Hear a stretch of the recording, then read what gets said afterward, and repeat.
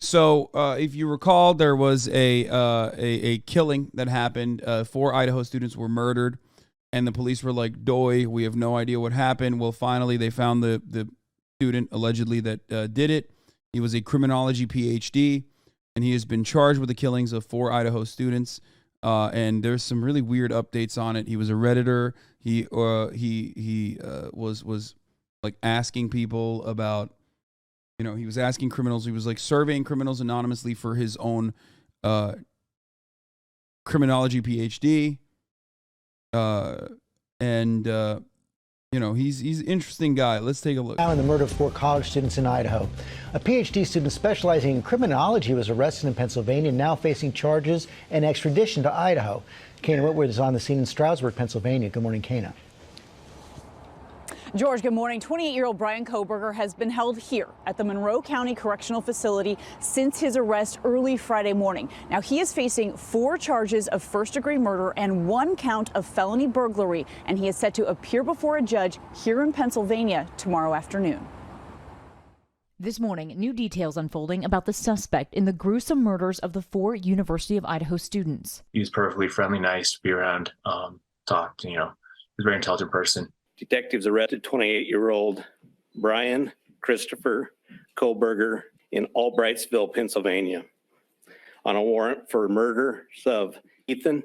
From what I understand, the cops in this this little bumfuck town, by the way, are just like all, at least if Carter is correct, they're like half of them are in the Klan. Literally, they rarely ever solve any crimes whatsoever. Like, they're just not very good at their jobs at all, unless their job is to, I guess, do white supremacist shit. Yeah. Zana, Madison, and Kaylee.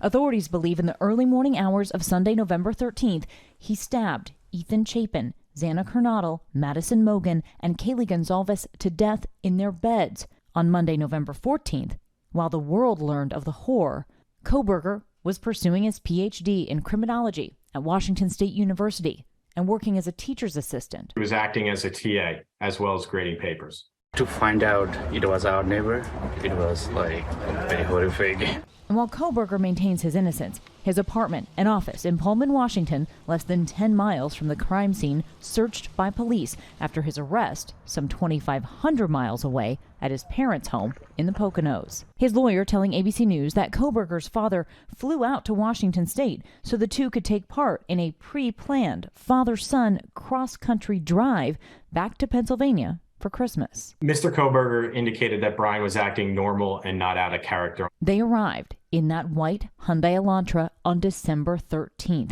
exactly 1 month after the brutal stabbings. The white Elantra that we saw in some surveillance video, is that his white Elantra? I hope one day you become a victim of a home invasion and have to call the police you so dearly hate. It's such a wild take. Like, it's their fucking job, dog. Like, you understand that, right? Like, it's their job. Like, their job is to do that. You know that, right? Like, their job is to investigate, solve crimes like that. That's what they're supposed to do. Like, what is this? Do we have to be on our hands and knees begging? I do, but how much you hate police is mind-blowing. How much you blow police dicks is mind-blowing to me. If you want to talk about mind-blowing, how much you fucking eat the boot is mind-blowing. That you literally are weaponizing a hypothetical situation where I'm assaulted specifically so that, like, you think in that hypothetical situation I will, hope that the cops will do the fucking job that they're supposed to do. It's insane that, like, we have to sit here and praise cops every fucking day when they don't do the thing that you think they're doing, okay? When I criticize them for not doing their fucking jobs, you still turn around and go, I can't believe you would criticize cops for not doing their fucking jobs, okay? So in the one instance where they have to do their jobs, you will be grateful eternally. Like, guess what, dude? If a home invasion happens, you know, it's up to me to deal with it. You know what I mean? Let's be real. It's not like cops are fucking stopping home invasions from happening.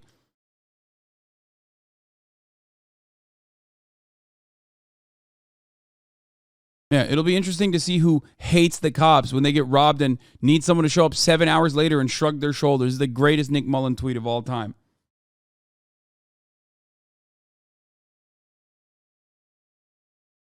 Both things can be true. You have a hate boner for cops, and cops can sometimes drop the ball. Crazy how that's a concept. Brother, police as an institution, okay, as an organization, is a necessary one, okay? I have never told you or have never advocated that, like, this concept of a group of individuals who are either democratically organized or not, doesn't matter, has to fucking still, you know, be there to solve crimes, to maintain the presence of law and order. But in the United States of America, we do not have that. Okay? In most places they do not have that, but in America, we especially don't have that. Okay? I am not an abolitionist, and abolitionists themselves also still understand that there would have to be some kind of like community organized, democratically organized group of enforcers of the law. Okay? So even anarchists themselves still understand the necessity for a group of individuals that behave like this, okay? Because no matter how hard you solve all the material problems that create crime, okay, there's still going to be antisocial personality disordered individuals who want to do shit. Regardless. What the fuck do cops do currently with respect to like stopping home invasions? What do? You make it seem like, oh, so you do understand anarchism. I do understand anarchism. The part I don't understand or don't agree with is the lack of showers as an oppressive construct, okay? Take a fucking shower.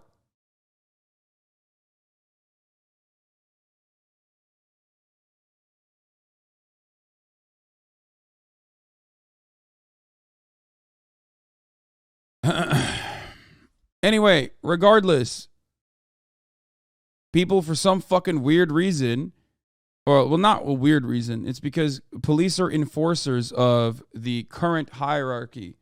They do not protect and serve the interests of the people as they claim that they are supposed to do. It's written on the side of their fucking cars.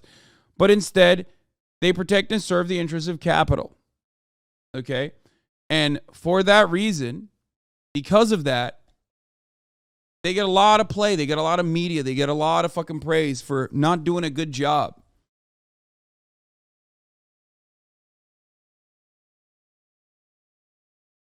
That's it. Pullman police were continuously telling us there was no threat to our own town to stop worrying. Now we learned that this dude's apartment is within walking distance of mine. The police in this area did jack shit for the community. Yeah.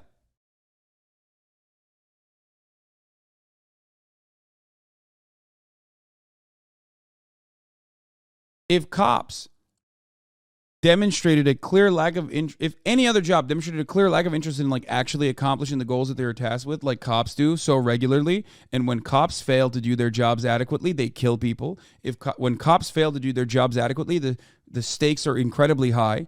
Okay, when an Uber delivery driver doesn't do his job that he was supposed to do, okay, you have a shitty experience. When a fry cook doesn't do their job, you have a shitty experience for a marginal moment, for a little bit out of your day, okay? When a cop doesn't do their job right, you're fucked.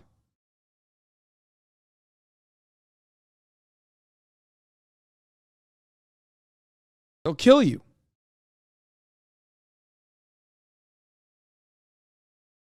You're dead. Or your freedoms have been taken away from you. You go be a cop and tell us how easy it is. I never said it's easy. The way it currently works, you know, cops do, especially in small towns like Moscow, get away with like not really doing anything, so shut the fuck up. But no, it's not. It's not supposed to be an easy job. And they get benefits like they live in fucking Norway. Okay? We understand as a society the necessity for some formal organization that is supposed to do loosely what cops are theoretically supposed to do. We all get that. We give them benefits and endless amounts of funds to be able to achieve that. Okay. We understand the seriousness of the job. And yet for some reason, there's still dick riders in here who turn around and go, why don't you praise cops more? Because they're doing a fucking bad job, man. Even from like the capitalist perspective, they just do a bad job objectively. They don't do the job that they're supposed to do.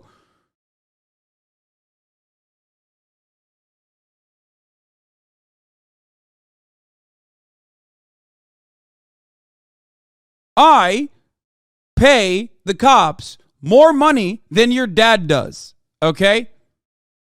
So shut the fuck up about this bootlicking dick riding. Just by virtue of taxes I pay more cop salaries than your dad will in 10 years. So shut the fuck up. I expect them to do a good fucking job or any job. And that requires them to not do 90% of the things that they fucking do.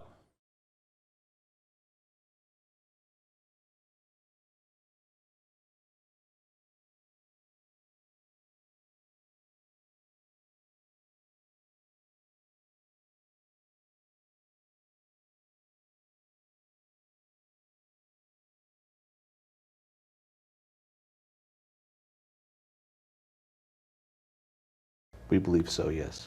Law enforcement sources telling ABC News they used DNA technology and other tools to identify the suspect, tracking him through his vehicle, which is now in police custody being processed. I never felt like I was in danger around him, you know? Jack Bayless says he's known Kohberger since middle school. The two grew up together in Pennsylvania, where Kohberger is pictured in these high school yearbook photos. He's always, been kind of curious as to how the human mind works, I guess, and especially as it relates to crimes, to criminals. Kohberger's family releasing a statement for the first time since his arrest. There are no words that can adequately express the sadness we feel, and we pray each day for them. We have fully cooperated with law enforcement agencies in an attempt to seek the truth and promote his presumption of innocence.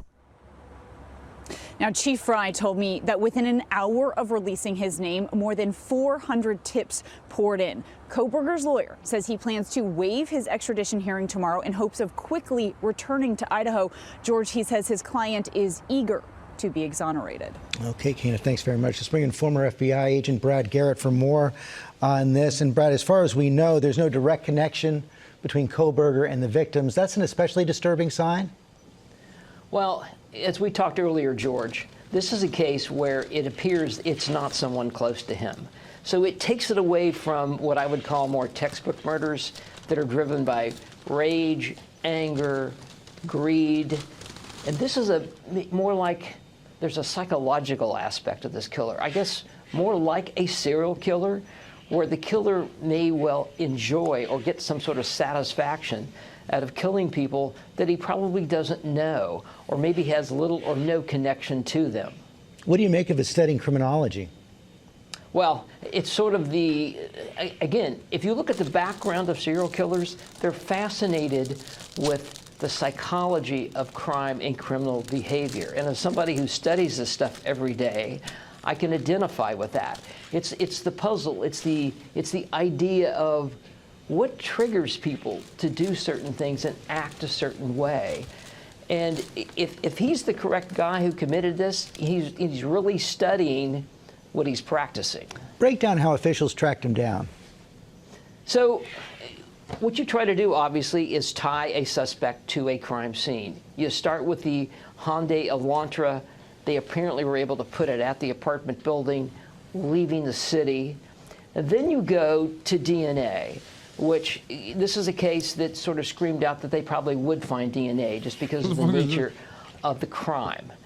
And so when you can put him at the crime scene with his DNA, I mean, that's some pretty powerful stuff. There was some frustration over how long this took, but this was pretty effective police work, wasn't it? Exactly. The police and the FBI were very effective at keeping this case under. Yeah, no, it was the FBI, from what I understand, that actually had to fucking step in. The radar. So the rest of us didn't really know that they were really onto somebody. They would have gotten a DNA match probably within a week or two. But if he's not in a database, which I believe he was not, then you have to figure out more in creative ways to see if you can match the DNA, which apparently they have done. Brad Garrett, thanks very much. Hi, everyone. George Stephanopoulos here. Thanks for checking out the ABC News. ABC News contributor and former FBI agent Brad Garrett joins me now for more on this. Brad, so far this suspect appears to have no direct connection to the victim. So how do investigators go about trying to uncover the motive here? Well, that's a good question, unless he's provided them with one. I'll tell you, Diane, this case has a different direction to it than probably any other homicide you and I have talked about. I mean, homicides tend to be driven by rage, revenge, greed, jealousy, etc. This is. They got one guy for this, bro.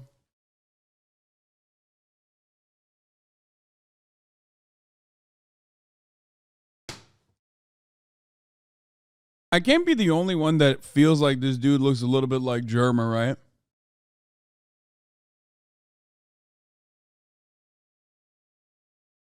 Like, he kind of looks like a Germa Clint Stevens mixture.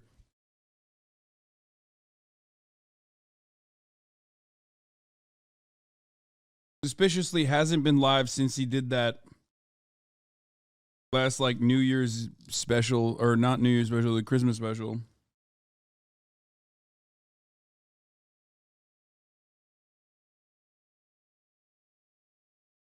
This is a crime that seems to me that the person really, it's something they really wanted to do. In other words, like, if you can believe this, satisfaction from committing murder. That does fit the profile of serial killers. I'm not suggesting this person charged as a serial killer. I'm only saying that the identity factor of where you identify with the crime, you live the crime, you experience it. I suspect if he was in this conversation with us, he could give you every detail as to what happened inside that house, how he got in the house, how he got out, who he attacked first, how he attacked them, did any of them attack him, if that's the case. So you're talking about an entirely different type of individual. Police say they identified him through DNA technology and tracked him down through the car. But this arrest still took weeks. Could the fact that the suspect was studying criminology and criminal justice, it has a certain level of expertise there, could that present challenges in this case? I doubt it. Well, first of all, he apparently left his DNA at the scene, which I would have predicted his DNA would have been at the scene, only because in working dozens of stabbing homicides, it's very difficult to stab, in this case, 4 people multiple times and not cut yourself. And so I think they found his DNA at the scene.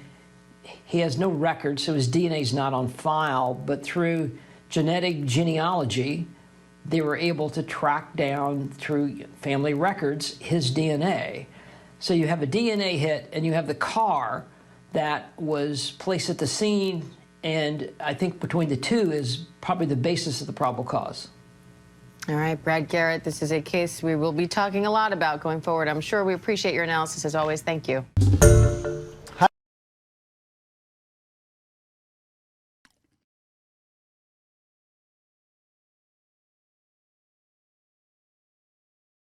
It is wild that the genetic, like the 23andMe cooked them. A lot of people with family members who have engaged in like 23andMe have gotten caught this way. Like the Golden State cop guy, many years later.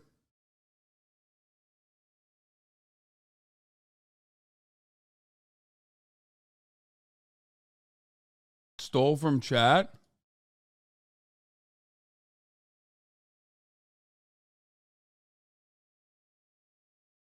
You think chat's the only one that knows this? Like, you think I haven't ever talked about this? I think we even watched the Veritasium video on it.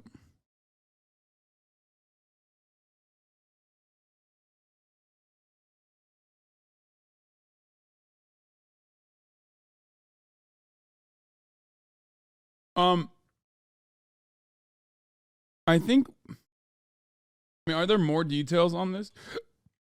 Because I want to know more. I want to know more about it, but like, I feel like news media's coverage on it is like kind of limited.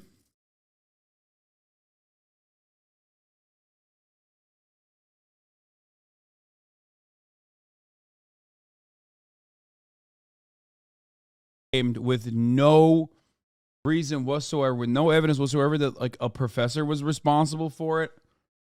TikTok did what TikTok always does. And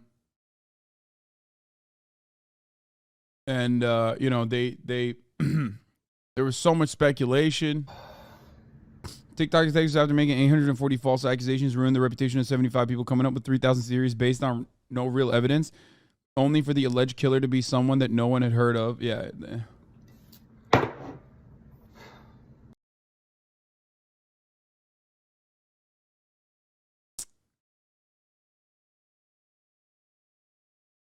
I mean, this is like a we did it Reddit moment. Here, former student. Yeah, it was pretty crazy. I mean, I was, just like sleeping here on the couch in my parents' Former house, student and of Idaho murder suspect describes the abrupt behavior woke change. up to all these tweets that were like, oh, they got the guy. And of course, this has been something that everyone in Pullman has been following, everyone in the whole Pullman, Moscow area. And so, I look on my phone and I see the guy's name and I see the picture and I'm thinking, that looks a lot like my TA who's also named Brian, but that would be crazy. And so I went and I checked my email, to see the emails I'd had with him and the name matched and everything. And yeah, it was just like totally jarring, totally shocking to realize that this person that had been, kind of grading my papers was, allegedly this like horrible murderer.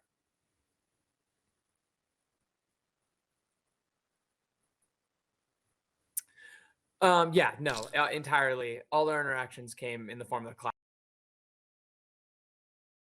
Wait, what the fuck? Why isn't the full thing live?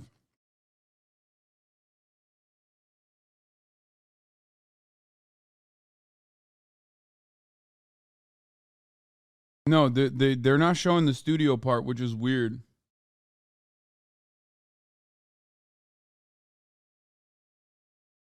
Hi everyone, good morning. Welcome to this special edition of Up with Creme. I'm Tim Pham. This morning we are live in Moscow in front of the King Road home where 4 University of Idaho students were murdered 7 weeks ago. This morning a suspect is behind bars in Pennsylvania, and this morning we're breaking down every detail of this case after weeks of investigation and thousands of tips coming into police here in Moscow. So we do have team coverage for you this morning. Channing Curtis is in studio breaking down everything we know about the investigation process so far and how the community is reacting to this arrest. We also have meteorologist Thomas Patrick tracking your New Year's forecast. But before we get to them, we want to get a closer look now at who this suspect is and how this arrest was made. So let's take a look here. Early Friday morning, Pennsylvania State Police arrested 28-year-old Brian Kohberger for the murder of 4 University of Idaho students. Those students were found stabbed to death in their home near campus 7 weeks ago.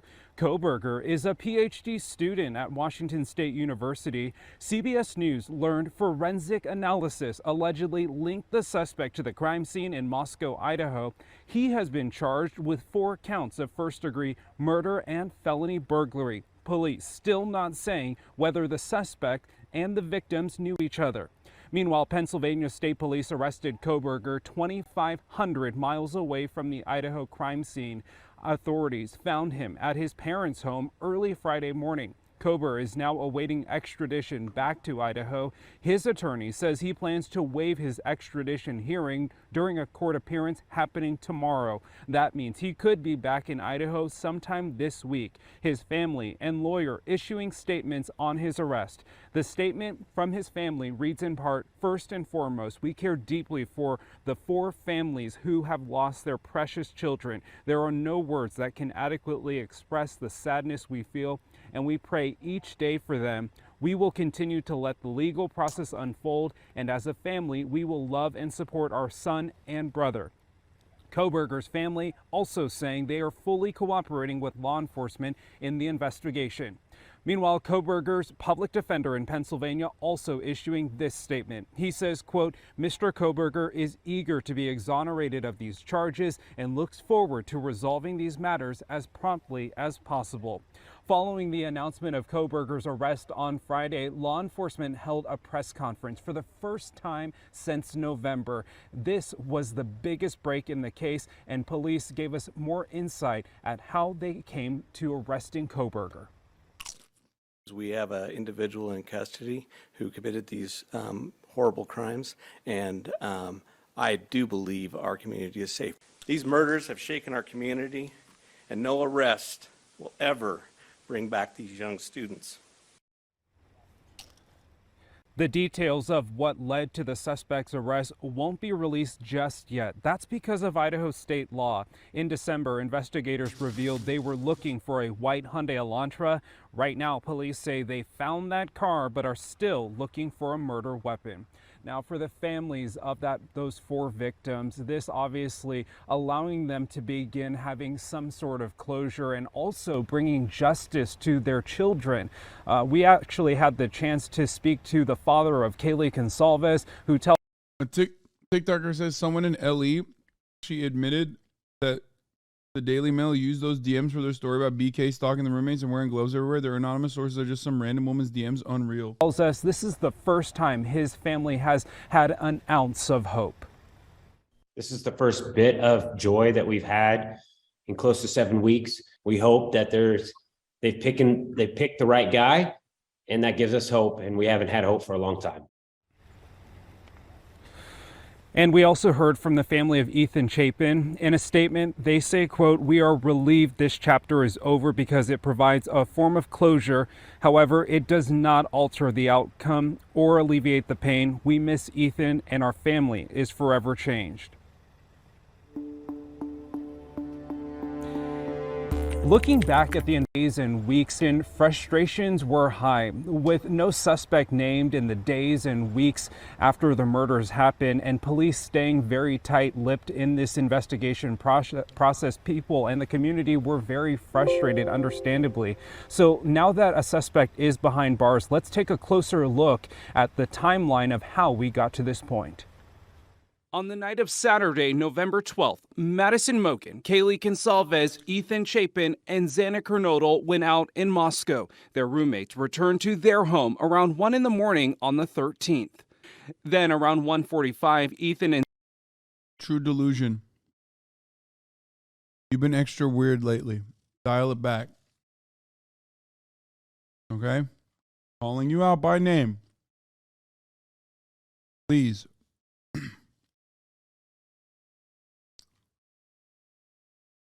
Been chirping out a lot. Okay? He is a prolific chatter. He's been weird as fuck about you in Mike's chat too. Wait, really? About me?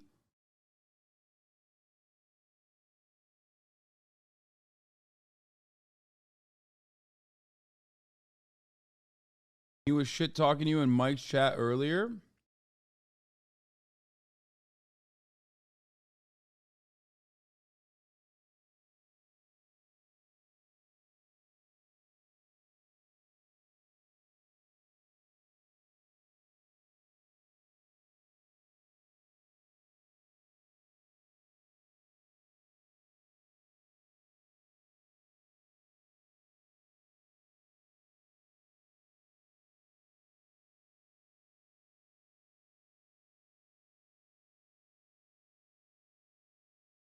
I don't know. Lately, you've been weird. Stop being weird.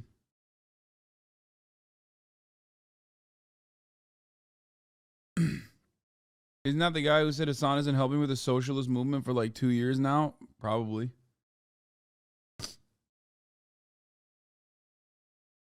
Be normal, my man. That's it. Be normal. And Xana returned from a party at the Sigma Chi fraternity that Ethan was a member of.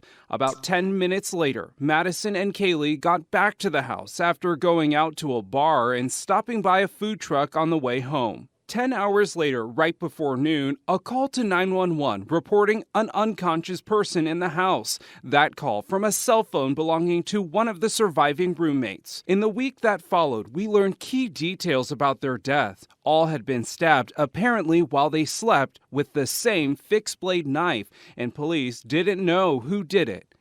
It was almost 3 weeks before the next major development. On December 7th, police said they wanted to find a white Hyundai Elantra that was seen near the home around the time of the murders. Fast forward to today, and finally an arrest on the other side of the country. So like we mentioned earlier, Koberger is a student at WSU studying criminology, earning his PhD. So let's take a look at his background and what we know about Koberger to this point. Records show that the suspect is from Pennsylvania, which is also where he completed his undergraduate studies at DeSales University. He also graduated with a master's in criminal justice from the same school. Most recently, he became a PhD student at WSU. Koberger was also an assistant instructor who just completed his first semester in the program. Moscow police say his last known address is in Pullman at an off-campus apartment complex. This is video of that complex. We spoke to someone who lives there who says it's disturbing to think he could have been living near someone capable of committing these crimes. I'm just kind of dumbfounded, that this could be going on right here, or somebody could be conspiring to do something like that right here. We also learned about 6 months ago, a since-deleted Reddit post shows the suspect asking for participants in a research project to, quote, understand how emotions and psychological traits influence decision-making when committing a crime. So like we mentioned, that suspect has an extradition hearing set for tomorrow. We're told by his lawyers that he's expected to expedite that process, so he could be back in Idaho as soon as this week. We're live in Moscow this morning. I'm Tim Pham, Creme 2 News. Channing, back to you. I mean, that's like pretty comprehensive.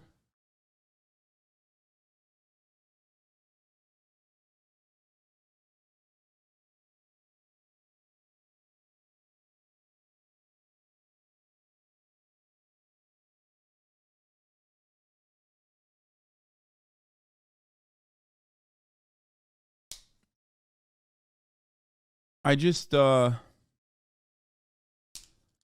I don't know. I don't know what to say about it other than it's weird because it's like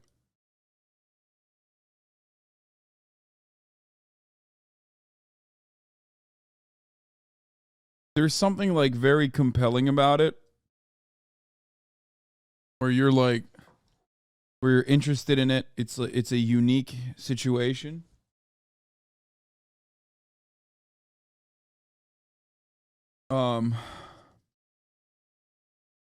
They did show his mugshot, yes. It's such a very strange it's such a very strange thing. People have a morbid curiosity towards true crime. But it definitely I don't know. I just like I want more details. I need to understand it. Same people really don't? No, I don't think so. I think plenty of sane people like true crime.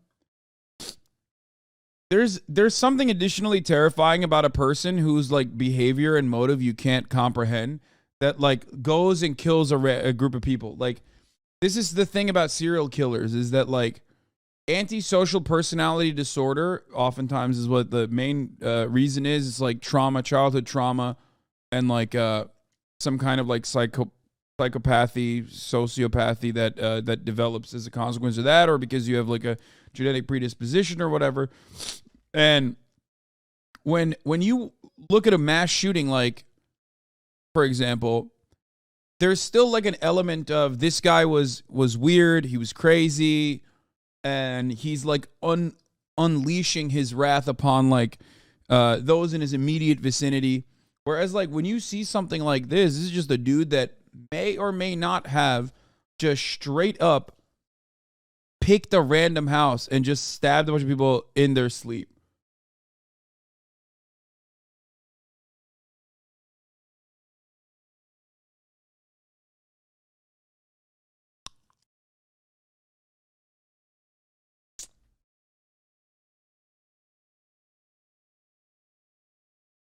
It's not as open and shut, but it's also, I think that's what captivates people. It's like it could happen to you, you know, that kind of attitude is what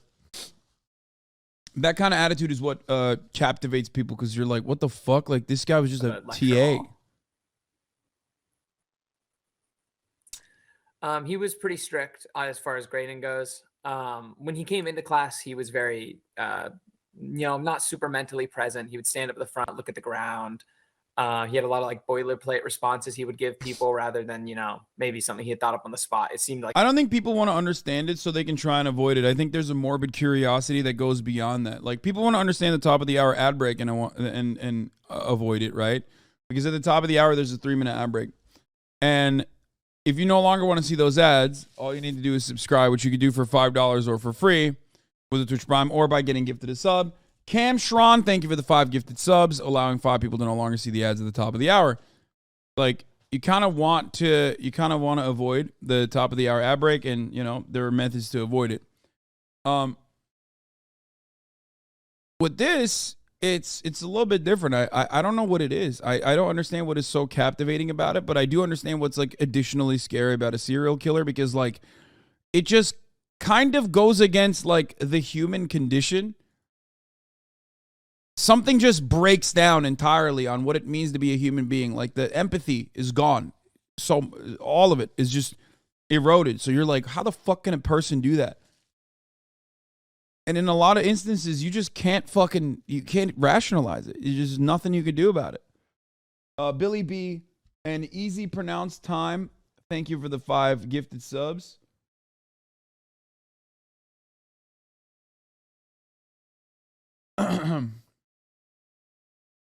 You preach against capitalism, yet you still apply the top of the hour ad break, huh? Abso-fucking-lutely, my friend, because I love capitalism and I love ads. Nye Zealand, thank you for the 5 get the subs. Here's the 3-minute ad break now.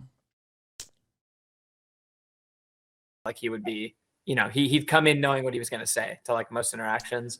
And then when he would grade your papers, he would be grading you on what he ended up calling like a higher standard, but it really felt like to us was. How is it any different than a mass shooter that opens up on randoms?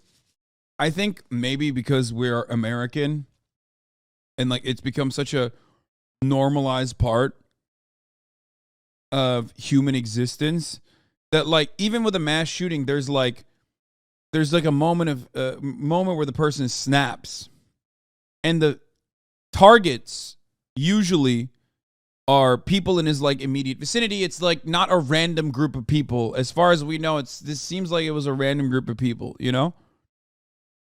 When it's a mass shooting, you're like going to a school in your neighborhood, or you're going to your place of work. You see what I mean?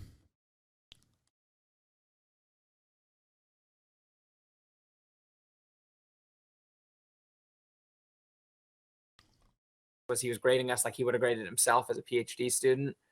And so that was just kind of like, we were all annoyed by him. And so I knew his name, I knew like, oh, T.A. Bryan, like he sucks at this. Like he's grading us too harshly. And that was like an annoyance. But obviously beyond that, we just thought he was a little weird and kind of, a bad grader.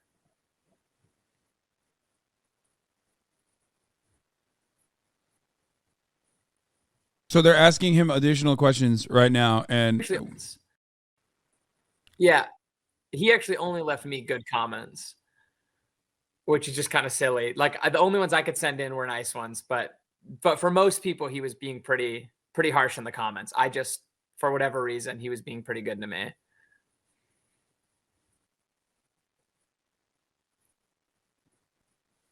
Yeah, actually, we had, our professor was big on the idea that like, if we're all going to be attorneys someday, then we have to know how to argue our case. And so he scheduled a day where everyone, came in ready to argue to get their grades up, and he brought in Brian and he was like, all right, go at him. And he had Brian stand up, and everyone was, you know, like a few people were on his side because they wanted to keep their high grades and not like have questions be cut out or whatever. But for the most part, it was like, you know, half of a 150 person class just asking him all these real critical questions, and he would answer. And he'd actually, he tried pretty hard to defend himself, which was the kind of thing that our professor loved. He wanted the like courtroom environment.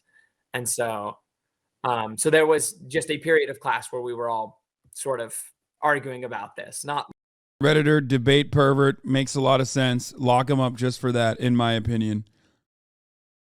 Yeah, the element of like the amount of damage and the misinformation caused by like true crime lovers on Reddit and TikTok. Clout, let's go. Free clout, baby.